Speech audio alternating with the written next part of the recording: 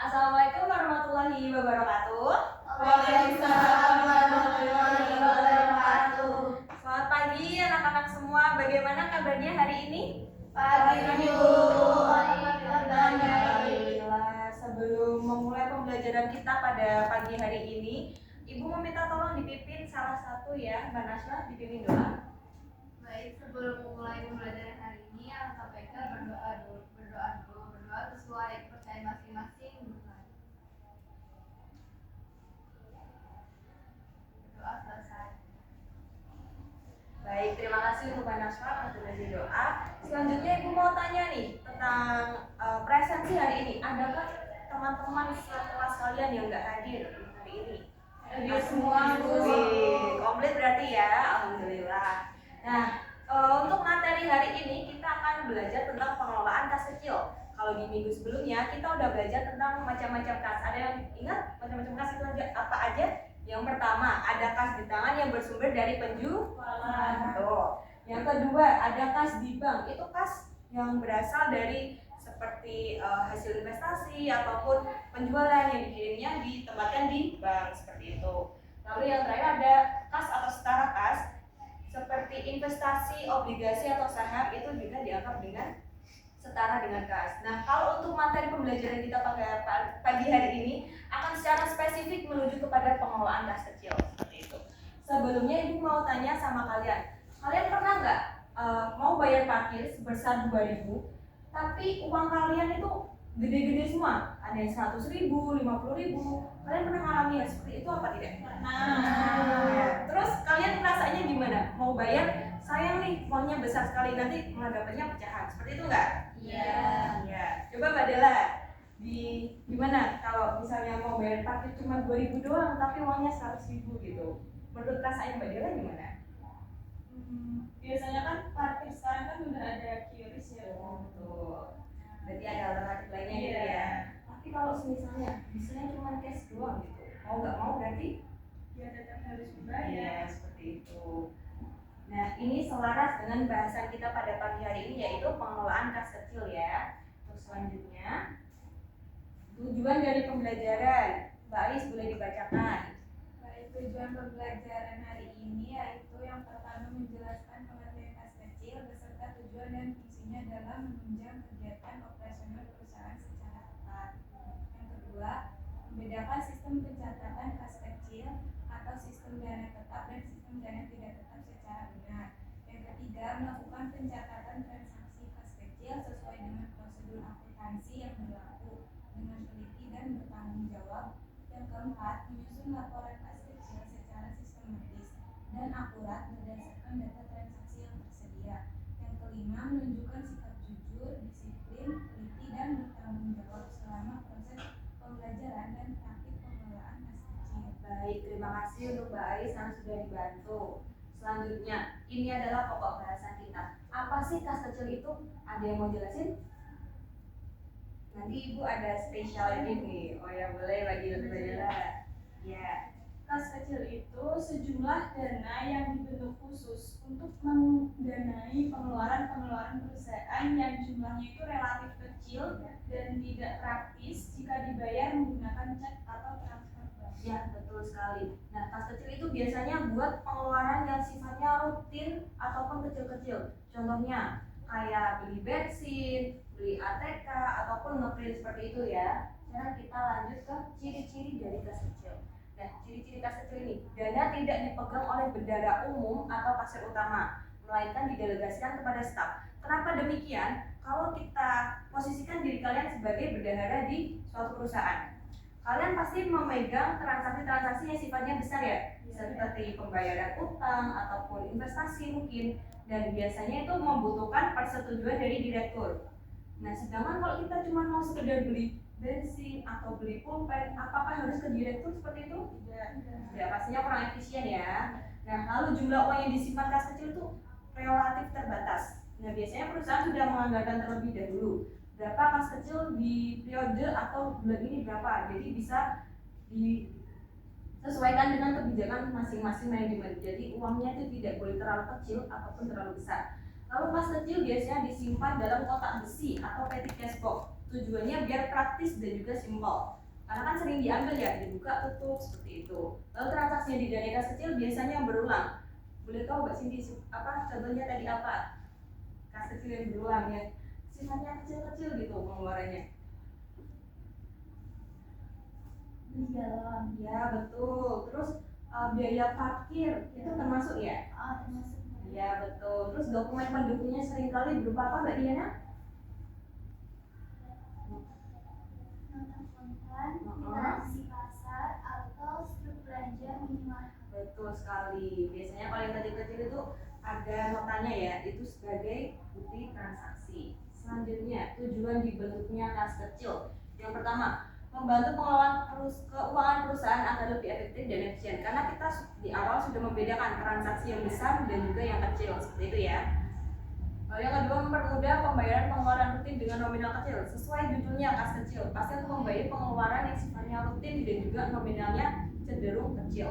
Yang ketiga, mempercepat proses pembayaran kebutuhan operasional perusahaan. Seperti contohnya, kalau di sebuah perusahaan pasti ada departemen namanya sales. Mereka kan sering bepergian ya. Nah, ketika mereka melakukan bepergian itu pasti membutuhkan yang namanya biaya bensin. Betul. Kalau biaya bensin itu biar tidak menghambat proses operasional mereka, membutuhkannya secara cepat kan. Makanya bisa diambilkan dari dana kas kecil.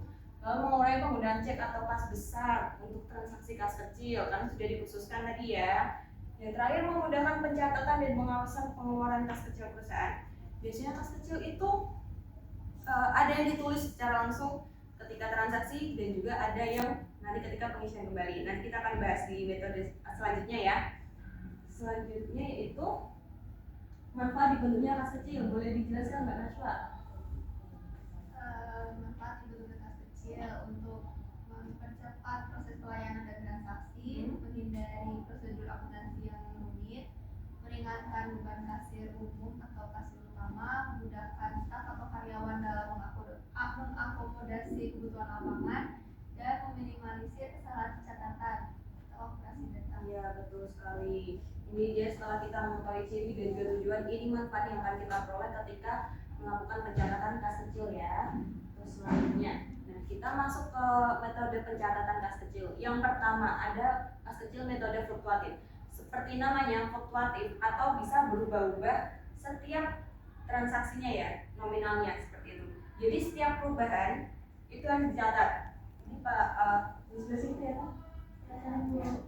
Harus mengacu pada pedoman yang berikutnya. Yang pertama, kas kecil dikeluarkan oleh kasir harus dibuatkan jurnal per transaksinya. Terus kas kecil yang sudah habis, waktu diisi kembali itu tidak harus sebesar yang sudah dikeluarkan. Lalu kas kecilnya tidak memiliki saldo tetap. Seperti itu. Kita langsung ke contoh penjurnalannya. Contoh transaksi pada minggu pertama Agustus 2026, kas kecil telah mengeluarkan kas kecil dengan perincian sebagai berikut. Mbak Dela boleh dijelaskan? Tanggal 1 Agustus pengisian kas kecil sebesar 950.000. Ya, baik.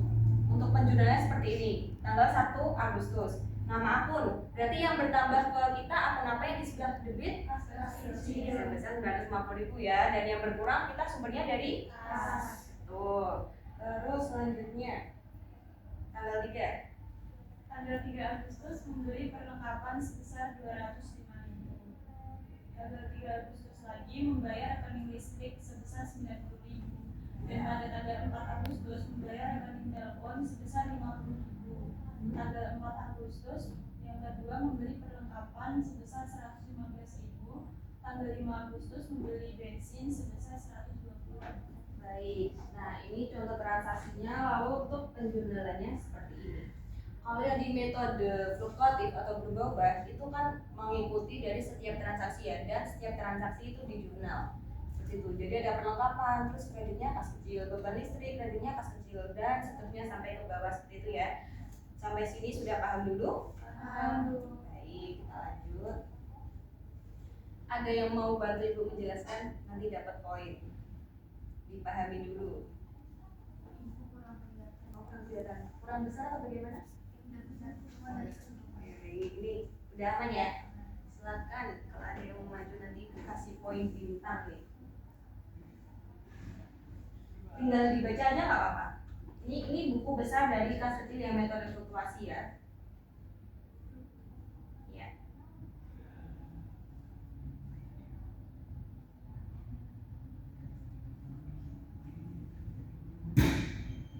Gimana? Ditanyain aja nggak apa-apa? Bu mau nanya Ya. pengisian kembalinya kenapa 450? Iya, terima kasih pertanyaan bagus ya untuk Mbak Ais. Nah, karena kan di metode fluktuatif itu yang harus diisi ke kita tidak sebesar yang telah kita keluarkan seperti itu. Jadi bisa aja perusahaan mau isi 1 juta di pas pengisian kembali di metode fluktuatif itu boleh-boleh saja, ataupun jumlahnya dikurangi itu juga boleh. Ini tergantung kebijakan. Betul sekali, coba dijelaskan Mbak Ais. Iya, maju boleh, silakan. Oke, jadi tadi tanggal 1 Agustus itu Oh. ada pembentukan kas kecil, jadi posisinya di debit karena bertambah kas kecilnya. Terus tanggal 3 itu tadi beli perlengkapan, mengeluarkan uang jadi kredit sebesar 205.000. Lalu tanggal 3 lagi itu ada membayar beban listrik. Ini karena mengeluarkan uang jadi di kredit.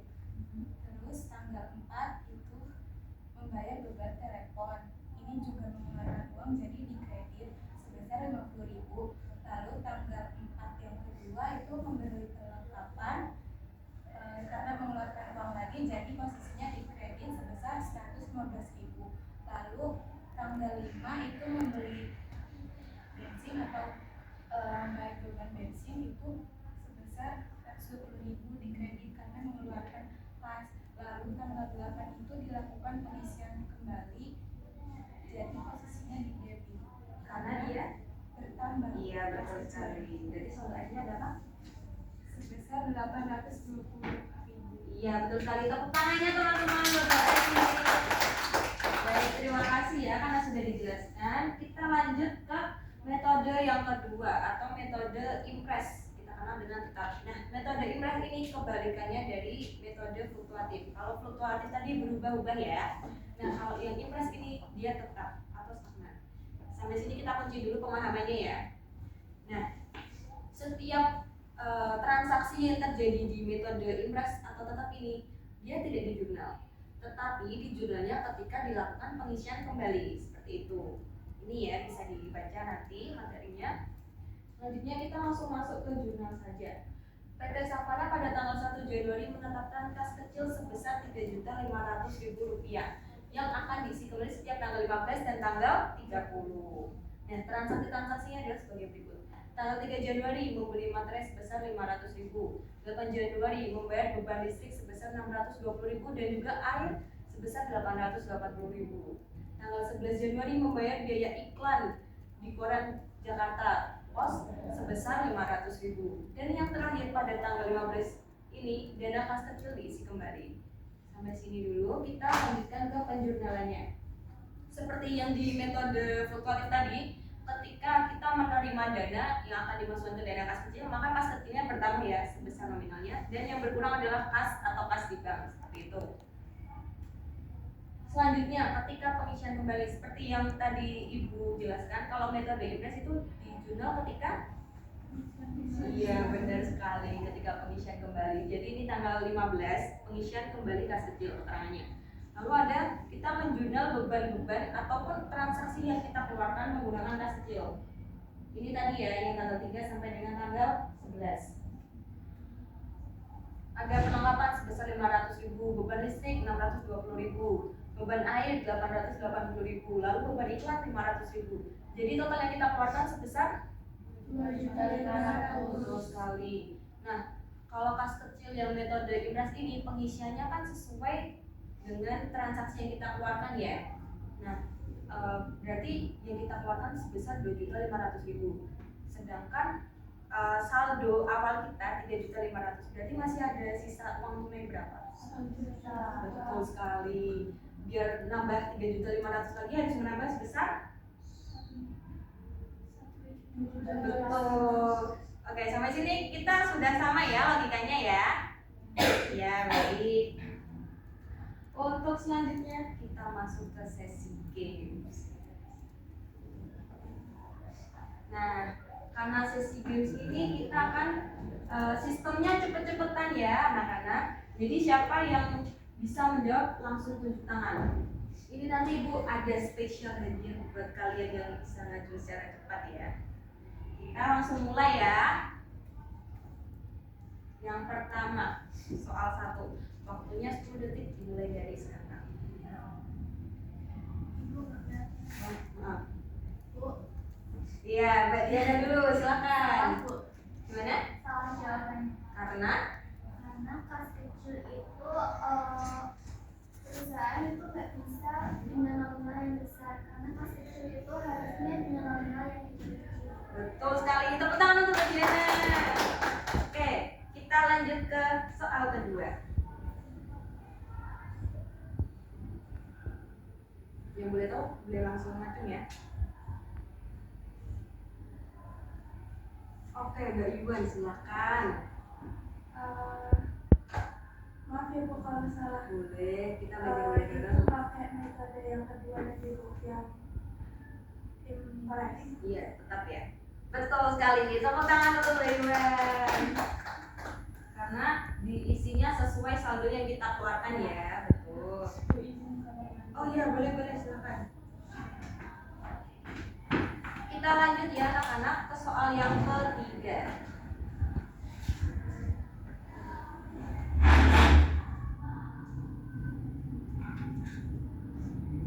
Iya, silakan Mbak Tika. Tujuan ini menurut saya Iya, silakan. tujuan dibentuknya kas kecil itu untuk melakukan pengeluaran transaksi-transaksi yang nominalnya itu kecil. Betul sekali, seperti yang kita udah singgung di awal materi tadi ya, tujuannya kan untuk membiayai transaksi yang sifatnya kecil dan juga rutin atau berulang. Soal selanjutnya.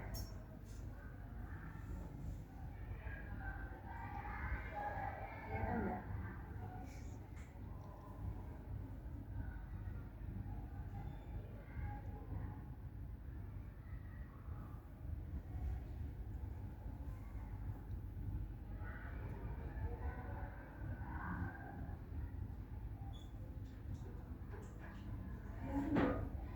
Oke, Mbak Iwan tadi udah dapat poin ya. Mungkin teman-teman yang lain sebentar ya.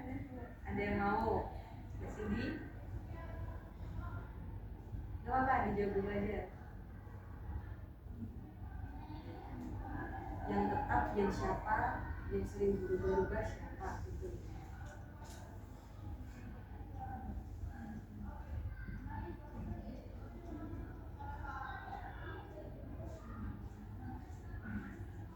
Waktu diskusinya tinggal 5 detik lagi. Baik. Oh, Sidi mau jawab? Ya baik, silakan. Sebenarnya yang impress untuk yang sama yang fluktuasi. Baik, kita cek ya jawabannya. Gimana? Ya, fluktuatif. Fluktuatif. Ya, kan Ana dan Hilda masing-masing punya modal awal sebesar 1 juta ya. Nah, Ana memilih menyembunyikan semua nota belajar di laci tanpa mengubah. Ini kata kuncinya ada di sini, tanpa mengubah catatan saldo awal di HP-nya, sehingga layar HP-nya selalu tertulis 1 juta. Jadi itu yang apa? Tetap. Betul. Sedangkan yang dia disiplin banget nih anaknya. Jadi setiap pengeluaran selalu dicatat di HP-nya atau kita kenal dari metode. Betul sekali. Tepuk tangan untuk Mbak Cindy teman-teman. Ya, terima kasih. Soal yang kelima. Ada yang mau maju ditulis Ibu bimbing loh. Oke, ini.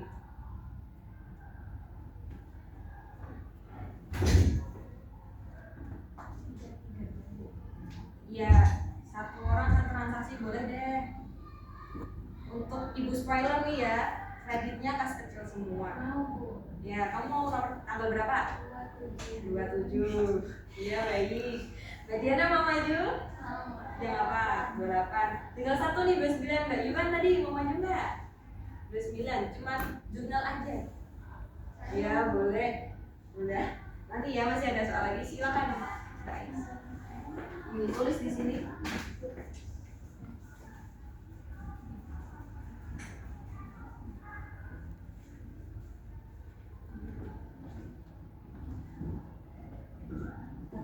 listrik.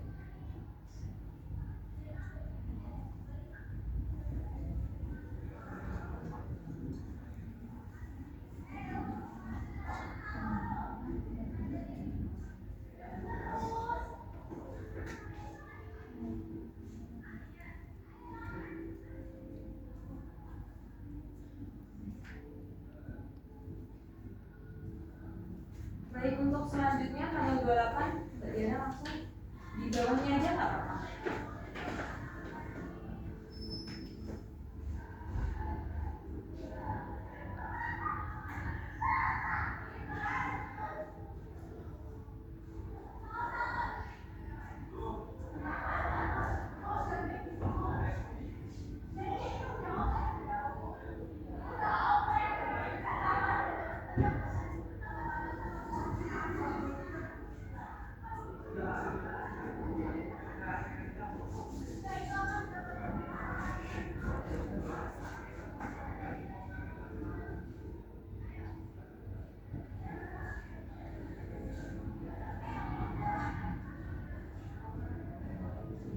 Yang terakhir Mbak Iwan persiapan ya.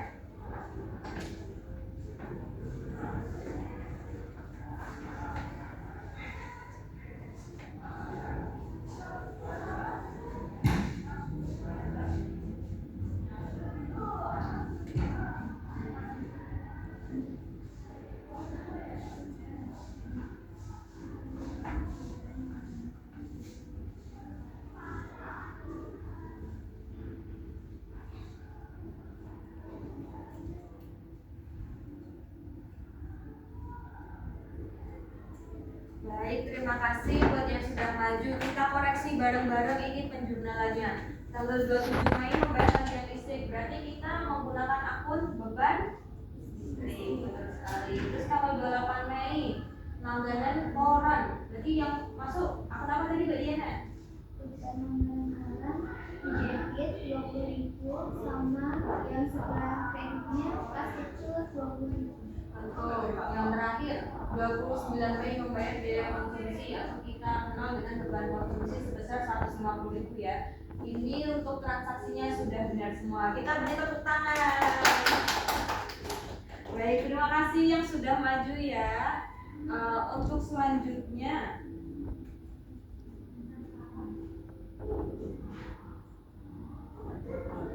kita sudah berada di penghujung pembelajaran untuk hari ini. Sebelum Ibu tutup, adakah yang mau menyampaikan kesimpulannya? Kesimpulan dari materi kita hari ini. Satu kalimat aja nggak apa-apa.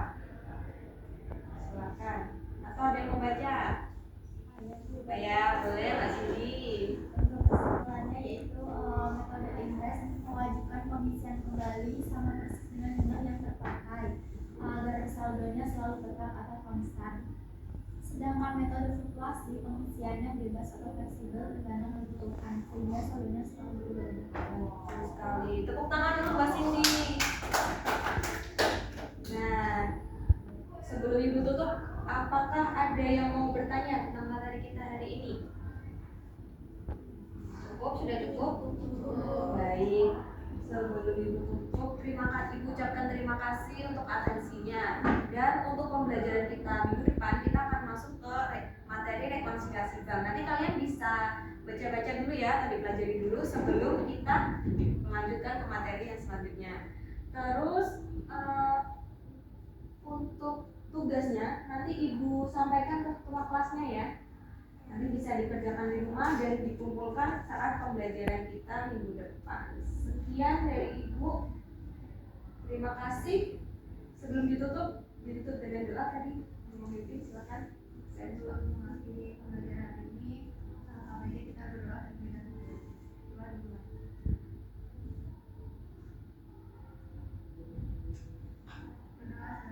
Baik, terima kasih. Ibu ucapkan terima kasih ya atas atensinya dan juga antusiasme untuk pembelajaran hari ini. Semoga apa yang kita pelajari bisa menjadikan kita pengetahuan baru dan bermanfaat nantinya. Amin. Sekian dari Ibu. Wassalamualaikum warahmatullahi wabarakatuh. Waalaikumsalam warahmatullahi wabarakatuh. Sudah terima